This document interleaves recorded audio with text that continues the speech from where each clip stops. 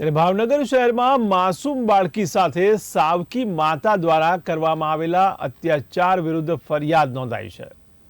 ત્યારે 9 વર્ષની માસૂમ બાળકીને સાવકી માતા દ્વારા હાથ પગ બાંધીને મોઢે તેમજ નાક પર સેલો ટેપ વીંટાળીને વારંવાર મારઝૂડ કરાતી હતી। ત્યારે સાવકી માતાના આવા અત્યાચારને લઈને પાડોશીઓ દ્વારા આ માસૂમ બાળકીને બચાવાઈ હતી। ત્યારે માસૂમ બાળકીની દયનીય હાલતના ફોટો અને વિડીયો પણ સામે આવે છે।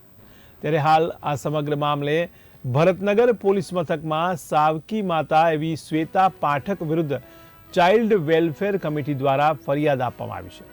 ત્યારે માની મમતાને પણ લજવે તેવી આ સાવકી માતાને લોકો પણ હવે તિરસ્કારની નજરથી જોઈ રહ્યા છે। ત્યારે આ સાવકી માની સામે કડકમાં કડક કાર્યવાહી કરવામાં આવે તેવી પણ લોક માંગ ઉઠી છે।